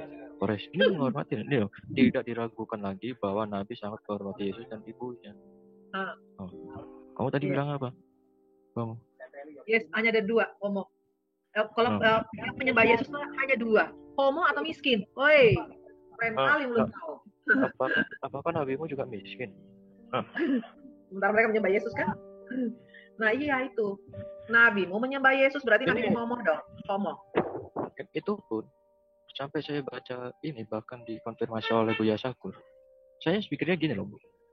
Kalau misalnya gambar itu tidak dihapus di kotak kubus itu, apakah gambarnya itu masih ada di situ? Dan selama ini kalau katakan, kalian itu menyembah siapa? Menyembah Tuhannya, gitu kan? Tapi arahnya kenapa di situ? Dan sedangkan kalau berdasarkan dari Asraki, bilangnya gambarnya itu tidak dihapus, bahkan tidak dibersihkan. Jadi seolah-olah itu masih tetap ada di sana. Jadi selama ini kalian itu menyembah Yesus atau gimana? Gambarnya masih ada di sana. Dan itu pun berdasarkan literatur itu tadi tidak boleh dihapus. Gitu. Gimana? Kalian? Okay. Ya sudah. Biar nilai sendiri ya. Nah, mereka nilai sendiri. Berarti kalau mereka bilang orang Kristen itu cuma ada dua, yaitu satu kalau bukan homo miskin. Berarti nabimu yang dia juga menghormati dan dia juga menyembah Yesus ya, sehingga gitu. Apakah juga dia homo? Kamu jawab ya, karena aku sudah dengar tadi mereka mengatakan dia seorang pengusaha, businessman. Berarti homo dong. Kan cuma dua. Lanjut ya. Kenapa marah kamu? Bukan marah, ini adalah penginjilan. Gua menginjili. Bayangin dia. Harusnya yang Kristen yang marah, kok dia yang langsung dia kejang-kejang gitu ya. Aduh, parah. Seperti mana Yesus yang suka marah-marah, jadi nadanya keras itu. Masih mending gak gobrak-abrik pasar-pasar Kristen tuh. Macam Yesus ngobrak-abrik pasar-pasar di bait Allah. Ya boleh kan meja tuh. Apa boleh tuh? Bacanya jangan kasih. Jangan kasih gitu aja boleh ke meja. Gimana itu? Karena kamu ini. Bahkan udah dijelasin kok. Kamu tuh yang lari-lari katanya nyembah batu. Udah dikasih tahu Yesus yang batu. Kores itu homo. Nah, tuh. Dia itu homo gay. Kores itu gay homo. Dan dia jamkis ya. Makin narkoba. Oh iya, makanya ditinggal sama istrinya. Kepahitan deh dia. Iya, dia homo. Tinggalnya di Bali dia di Bali. Iya, betul, tinggalnya di Bali. Betul. Kores itu homo gay. Dia ngaku sendiri dia suka cowok juga. Dia sering main sama cowok juga. Jadi ini orang-orang seperti inilah yang menyebarkan agama Islam, penganut agama Islam. Karena di dalam Islam itu memang gay itu cuma dihukumnya pakai sendal doang. Tabok pakai sendal pantatnya. Apalagi di sana lah ya. Oh, jangan-jangan dia jadi lengkong. Dipelihara mau sana. Kita punya kok rekamannya bahwa dia ngaku dia homo dan sering main sama cowok. Oh, pantesan ya dia pernah bercerai sama istri pertamanya ya dulu ya Bu Sofi ya. Iya, memang. Dan karena kita nggak mau nyerang pribadi dia aja, cuman dia sudah keterlaluan mulut comberanmu, Kores. Ya, mulut comberanmu itu udah keterlaluan. Waduh, makanya orang-orang kayak begini itu bukan berdebat akademis dan ilmiah lagi, udah bukan berdebat sehat. Dia memang sudah penghujat dan pemfitnah, iya. Kalau berdebat sehat, lu tampilin ayat, lu kasih tafsir lu. Ya, lu ini. Nanti sebentar lagi saya akan siaran di Islamologi Center mengenai ayat menyusui dewasa. Itu debat ilmiah, karena apa? Kita menampilkan data, bukan kayak lu orang Kristen pasti homo. Lu lihat sini di Amerika orang Kristen kaya-kaya di sini. Emangnya yang membangun air zam-zammu, sumur zam-zammu itu siapa kalau bukan teknologi Amerika sama Kanada? Pret. Hah? Itu semua omonganmu tuh cuman abul shit. Abul shit. Omonganmu itu cuman kampret doang, Kores. Ya, semua teknologi berasal dari Amerika sama Kanada, termasuk yang membangun sumur zam-zammu, yang membangun kota Mekahmu aja orang Amerika. Arsiteknya bangun kota Mekah aja orang Amerika, pret. Jangan-jangan yang hidup dia juga di Bali itu juga. Iya, Muslim bisa apa sih?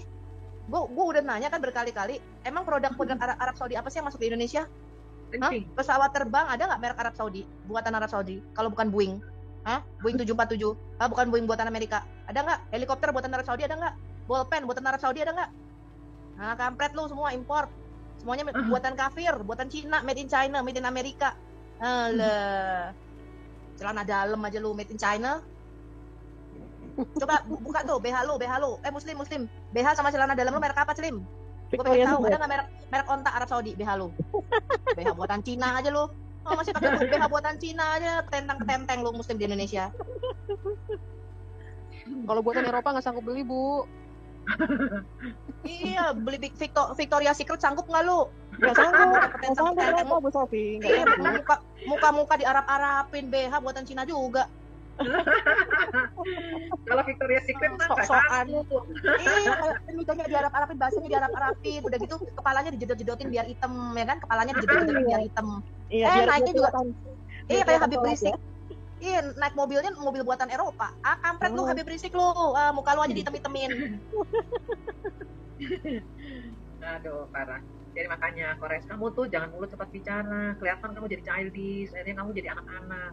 Jangan memang kamu masih anak-anak banget gitu. Nggak mungkin anak-anak lah ya, orang sudah pernah cerai. Baikkan pula. Kamu terima nggak? Aku bilang gitu dia. Kalau Om Rem Ngomongnya jangan si balikin Randar. orang dong. Oh, gitu. Ya Aswad itu Tuhan. Ya nggak ada dong. Lu nggak ada di mana, buka. Kamu Apa? Justru Hajar Aswad itu setara dengan Tuhan lu. Tuhan lu cuma setara dengan Hajar Aswad separah dengan Hajar Tuhan Aswad lu. Batu Meki. Katanya separahnya dengan Tuhan kita, kata Tuhan lu. Setara, katanya setara. Setara dengan Tuhan lu. Iya, berarti dia mengakui batu itu menghapus dosa kan? Iya. Oh iya. Aswad. Itu yang mirip kloset duduk itu ya? Kloset duduk. Hajar Syahwat.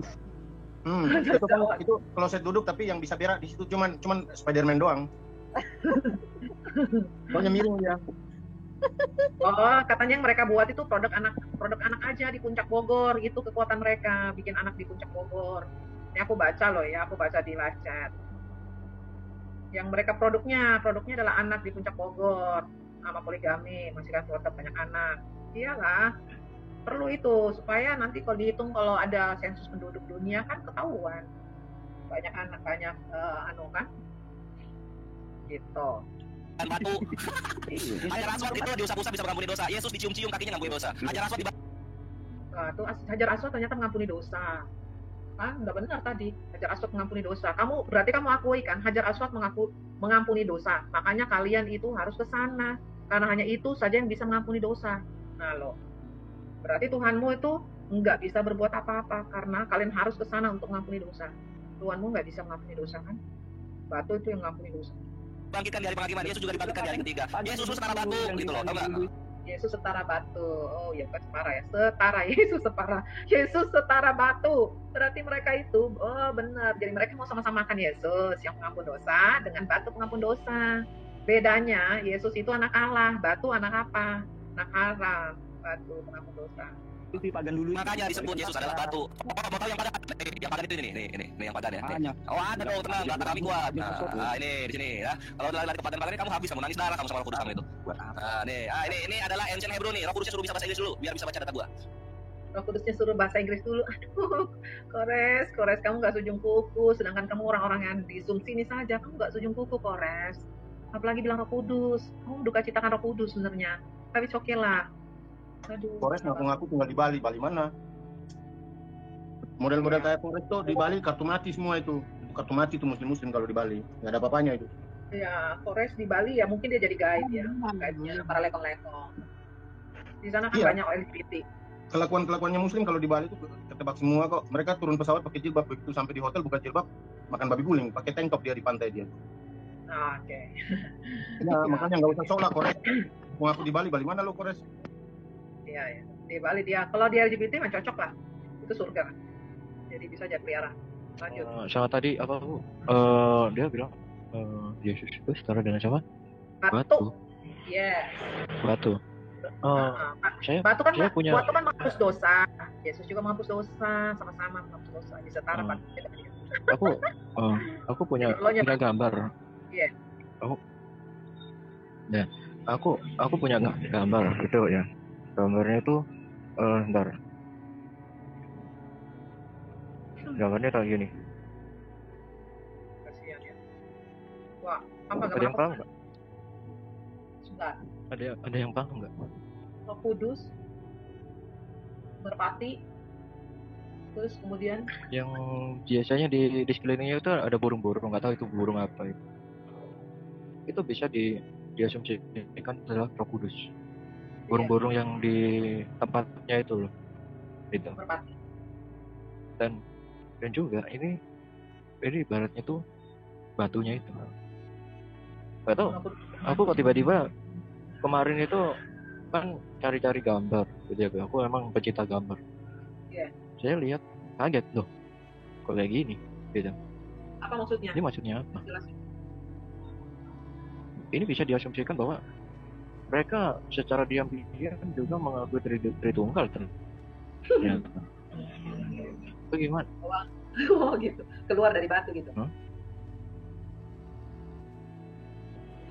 Ini Bu, kayak gini Bu gambarnya Bu. Gitu.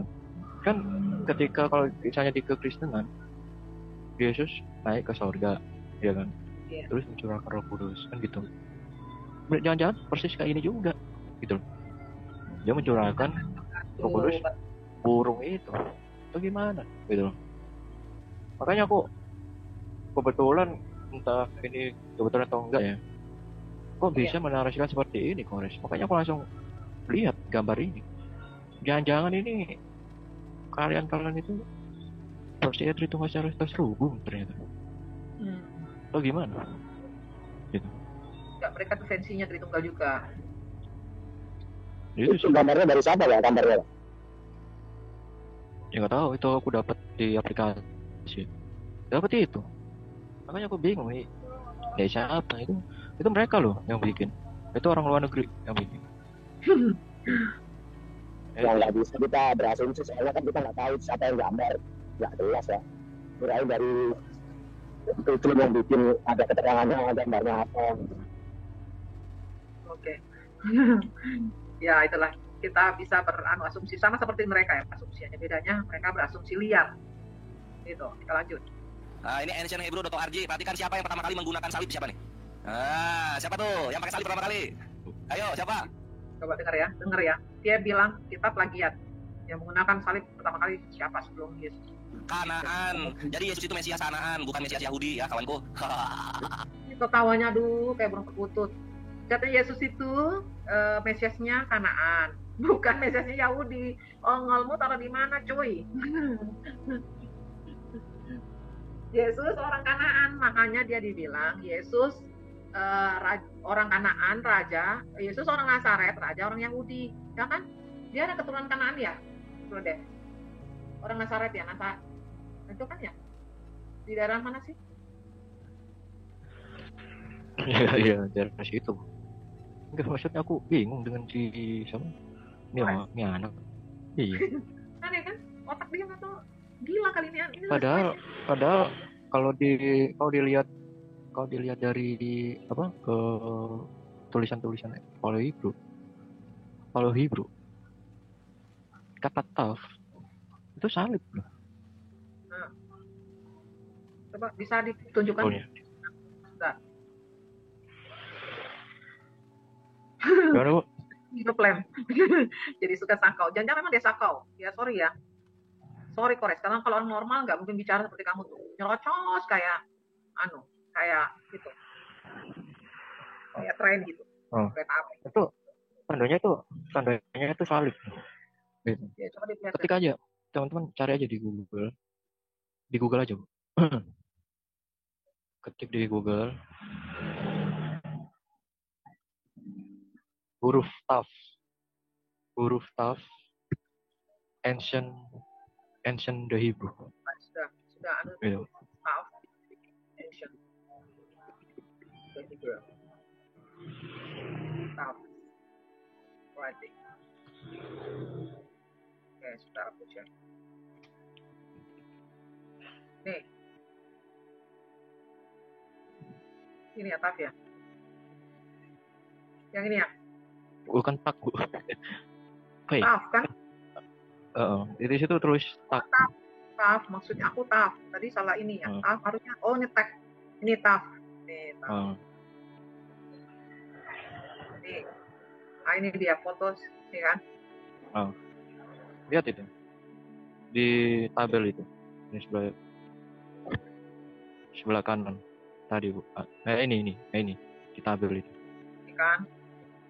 Mana sih juga tuh ya kan nih ini nah ya kan dan huruf T kan iya T tanda salib kan. Nah sekarang saya Bu tunjukin gambar, kita bermain gambar-gambaran. Kebetulan aku pecinta gambar soalnya, tadi si Kores bilang Jangan karena cinta LGBT ya, karena kan hanya ada dua.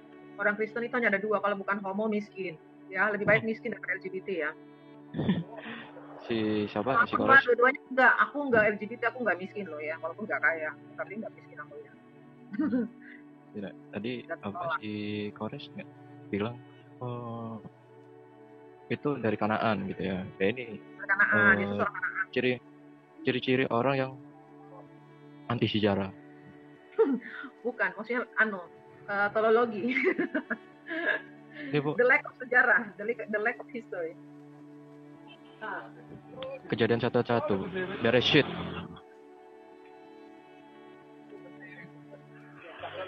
Huruf Bet itu rumah. Oke. Kita langsung aja ke Taf. Apa ini Taf?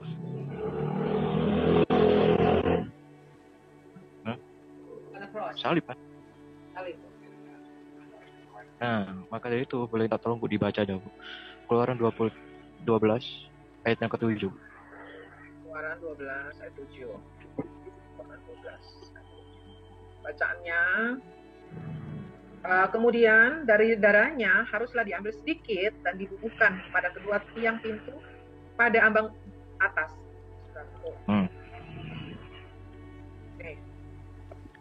Kemudian dari darahnya haruslah diambil sedikit dan dibubuhkan pada kedua tiang pintu dan pada ambang atas, pada rumah-rumah di mana orang memakannya.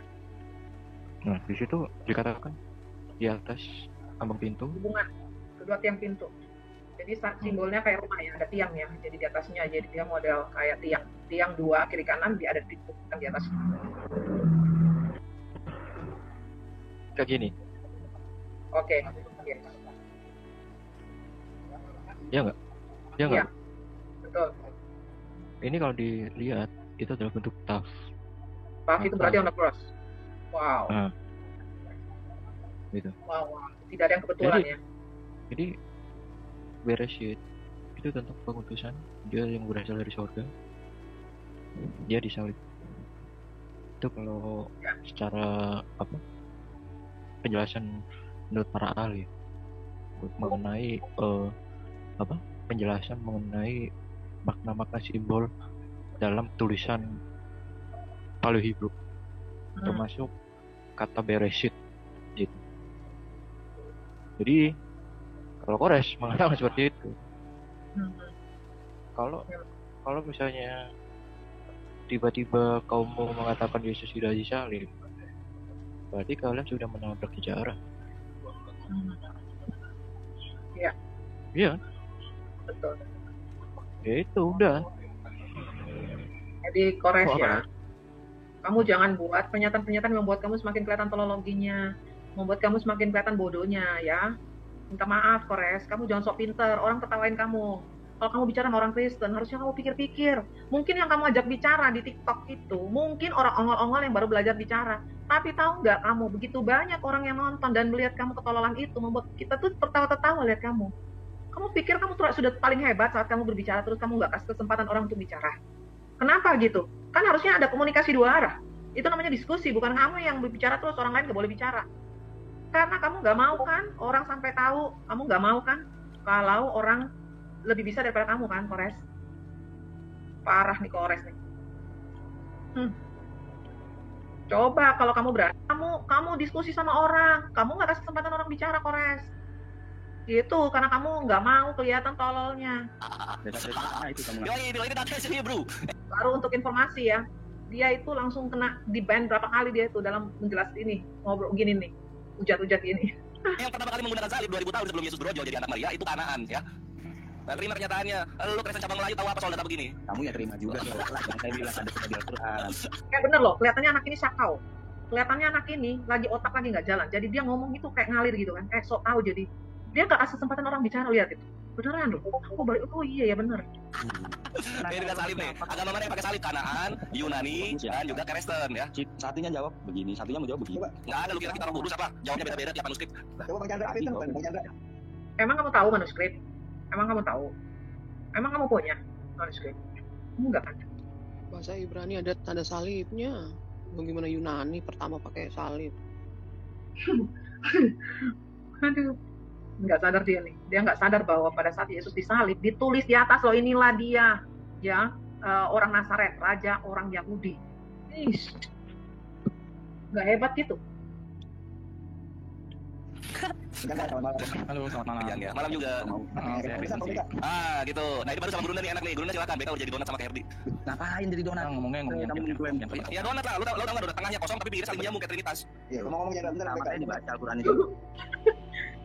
Kelihatannya kamu pahit banget ya, kepahitan banget dia nih. Aku lihat dulu sampai di mana sekarang 38. Aku sudah siapin menit-menitnya ya, tapi kayaknya menarik juga cek dia punya 40. Aku jadi bingung 40 42. 40, 42, 43, 19. Gak apa-apa lah. Ya, aduh, udah tamat. Tadi dikasih Nabi Isa. Menyuruh kepada Allah, Tuhan mulu kalau jual. Kan Hajar Aswad nggak putar balikan fakta. Loh, di mana Hajar Aswad disebut Tuhan kami? Nggak ada. Hanya bukan di Al-Quran. Yang apa? Hajar Aswad bukan Tuhanmu, tapi bisa apa tuh? Dosamu bisa terhapus dengan mencium batu aswad. Dia bukan Tuhanmu, tapi batu bisa menghapus dosa, kan katamu gitu. Dosa Allah. Gimana dia tahu? Nah, terus kenapa di sini? Nah, sini kita kasih lihat ya. Kalau mau main batu-batuan, sini gua kasih tahu sejarahnya kenapa Yesus itu disebut batu. Karena Yesus menjiplak perjanjian lama di mana batu bara bisa menghapus dosa. Nah, sini kita. Oh, dia baru tahu batu bara menghapus dosa. Dia bilang Yesus menjiplak perjanjian lama di mana batu bara bisa menghapus dosa. Berarti kalian juga plagiat. Kamu plagiat pertama, kan plagiat kedua. Yesus memang dia adalah sang firman dan dia adalah Allah. Dia sang batu penjuru, udah jelas. Silakan. Plak. Kasal banget. Aduh, parah ini sih Kores. Ya, kurang 15 menit lagi ya. Kita bermain dengan Kores dulu. Mau kasih tahu Kores, kamu kalau mau bicara sama orang Kores, kamu harus sober. Kamu harus sadar. Jangan gitu dong. Kamu kelihatannya lagi fly ini, lagi high. Aduh, parah. Kerjaannya Hajar Aswad. Sini. Nih, gua kasih nih. Nah, ini Yesaya 6 ya, Yesaya 6 5 sampai 7. Perhatikan ini Yesaya nih. Lalu kataku, celakalah aku binasa sebab aku ini seorang yang najis bibir dan aku tinggal di tengah itu najis bibir, kamu tuh celakalah aku, kamu sebut dirimu sendiri itu. Tengah bangsa yang najis bibir, namun mataku telah melihat sang raja, yakni Tuhan semesta alam. Tetapi seorang daripada serafim itu terbang mendapatkan aku. Di tangannya ada batu bara yang diambilnya dari atas mesbah. Ia menyentuhkannya kepada mulutku serta berkata, lihat ini telah menyentuh bibirmu, maka kesalahanmu telah dihapus dan dosamu telah apa ini? Telah apa dosanya? Mana? Berarti kamu mengikuti, waduh parah ini katanya agama yang langsung turun dari langit. Kitabnya kok ngikut di perjanjian lama? Aduh, memalukan sekali di Kores. Memperlihatkan ketelanjangan sendiri kamu nih Kores. Parah. Aduh, gimana nih bro? Teman-teman silakan.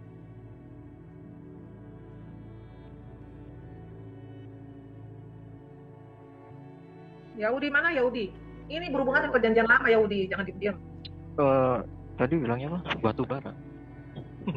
Ya pokoknya yang pasti intinya adalah ada di dalam perjanjian lama. Bahwa batu bisa mengampuni dosa. Nah, jadi sama aja kalau kita bilang mereka mengampuni dosa, padahal ternyata ada di perjanjian lama.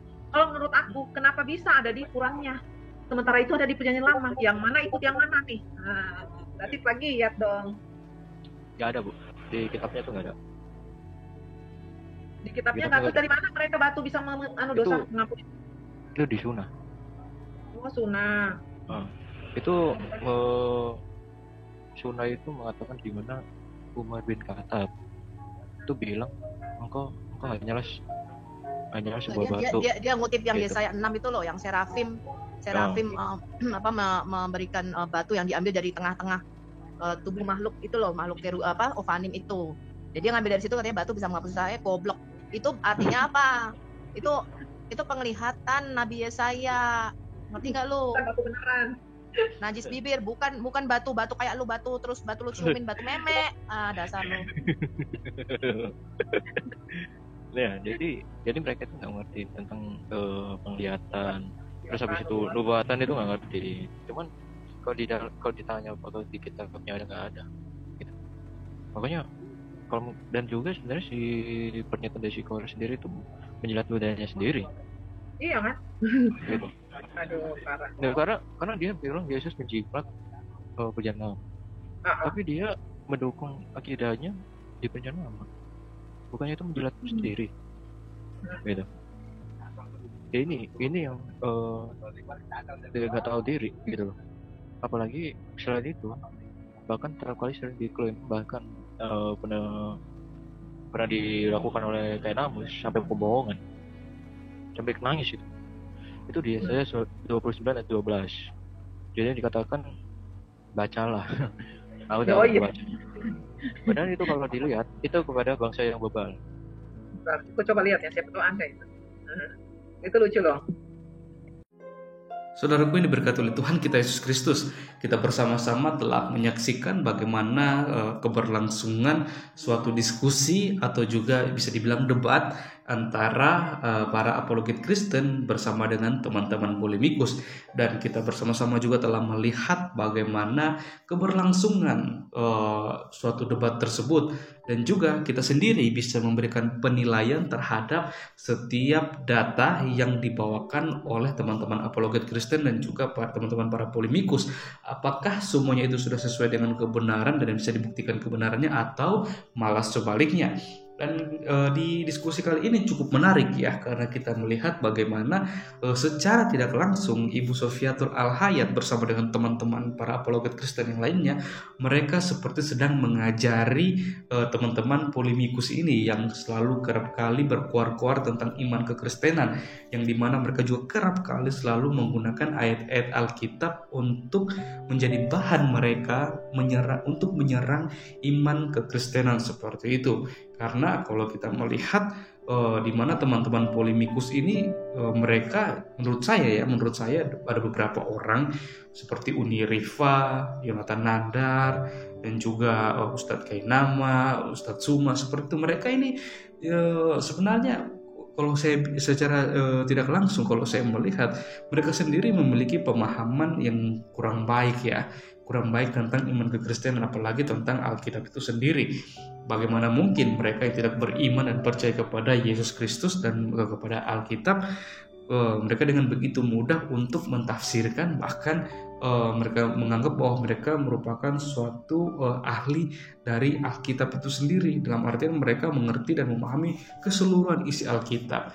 Sedangkan kalau kita melihat ketika mereka berdebat dengan menggunakan ayat-ayat Alkitab, kita bisa melihat bagaimana setiap bahan dan data yang mereka gunakan untuk mendukung ayat-ayat Alkitab yang mereka comot itu merupakan mereka mengambilnya dari literatur yang menurut orang sendiri itu sesat seperti itu ya. Tetapi mereka terus gunakan hal itu untuk menjadikan suatu dukungan ayat Alkitab yang mereka comot, mereka tafsirkan sesuai dengan pemikiran mereka sendiri, dan kemudian mereka jadikan hal itu untuk menyerang iman kekristenan. Tapi kita bisa melihat bagaimana kali ini Ibu Sofiatul Al-Hayat bersama dengan teman-teman apologet Kristen yang lainnya, mereka dengan begitu baik membukakan setiap data-data baik mengenai iman kekristenan, baik juga mengenai iman dari teman-teman polemikus itu sendiri, supaya mereka sendiri bisa menilai dan mereka sendiri bisa dicerdaskan, dan mereka juga sendiri bisa melihat bagaimana ketika kebenaran sesungguhnya itu dibukakan. Tapi lagi-lagi ya, kita bisa melihat ketika kebenaran itu dibukakan pasti akan ada suatu reaksi-reaksi yang negatif seperti itu ya. Kalau kita melihat teman-teman polemikus, ketika kebenaran itu dibukakan, mereka pasti akan kepanasan, mereka akan berusaha mencari cara untuk bagaimana menyerang balik, dan mereka selalu berkuar-kuar membesarkan suara supaya seakan-akan mereka sedang memimpin suatu perjalanannya debat. Dan bahkan sampai-sampai mereka kadang menyerang pribadi dan juga menghujat. Ya itulah kadang-kala yang mereka lakukan seperti itu. Tapi kita bisa melihat bagaimana teman-teman para apologet Kristen tetap dengan penuh keyakinan, dengan percaya diri, dengan hikmat yang berasal daripada Tuhan itu sendiri, mereka terus dengan berani memberitakan kebenaran itu sendiri, membukakan setiap kebenaran kepada semua orang, supaya mereka bisa melihat kebenaran dan keselamatan yang sejati yang hanya ditemukan di dalam Yesus Kristus. Dan ya itulah suatu diskusi atau debat yang kalau di dalamnya ada teman-teman para polemikus, apalagi Uni Rifa ya.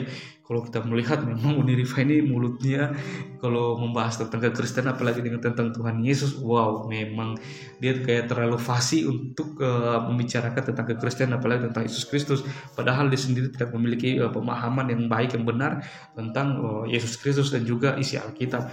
Saya sarankan jika teman-teman polemikus mau membahas Alkitab, mentafsirkan Alkitab, ada baiknya mereka membaca dari awal Kejadian hingga pada Wahyu. Jangan mereka selalu berkata bahwa tulisan-tulisan Paulus itu merupakan tulisan-tulisan yang sesat, tidak sesuai dengan pengajaran Yesus Kristus. saudara-saudara, temanku polemikus, kalau kalian membaca semua surat-surat atau tulisan Rasul Paulus, semua itu menceritakan tentang kematian, tentang kebangkitan, dan juga kenaikan, bahkan mujizat-mujizat yang dilakukan oleh Yesus Kristus selama dia masih ada di dunia. Seperti itu. Masa Paulus menuliskan sesuatu hal yang bertentangan dengan apa yang diajarkan oleh dan dilakukan oleh Yesus Kristus itu sendiri? Memang teman-teman polemikus ini memang selalu mencari celah untuk melakukan penyerangan untuk iman Kristen. Tapi kita bisa melihat bagaimana ketika kebenaran itu dibukakan, pasti mereka akan sendiri kepanasan, emosi, dan kau sendiri. Itulah. Kita bisa berdoa ya teman-teman ya, supaya mereka semua boleh dicerdaskan, mereka semua boleh hatinya dilembutkan untuk menerima kebenaran yang berasal daripada Yesus Kristus sendiri. Dan kita terus berdoa untuk teman-teman apologet Kristen, Ibu Sofiatul Al-Hayat dan yang lainnya, supaya mereka boleh diberkati Tuhan, dipakai Tuhan untuk menjadi terang garam berkat dimanapun mereka berada. Oke teman-teman, mungkin sekian video dari saya di hari ini. Sampai berjumpa di video saya yang selanjutnya. Tuhan Yesus memberkati kita semua.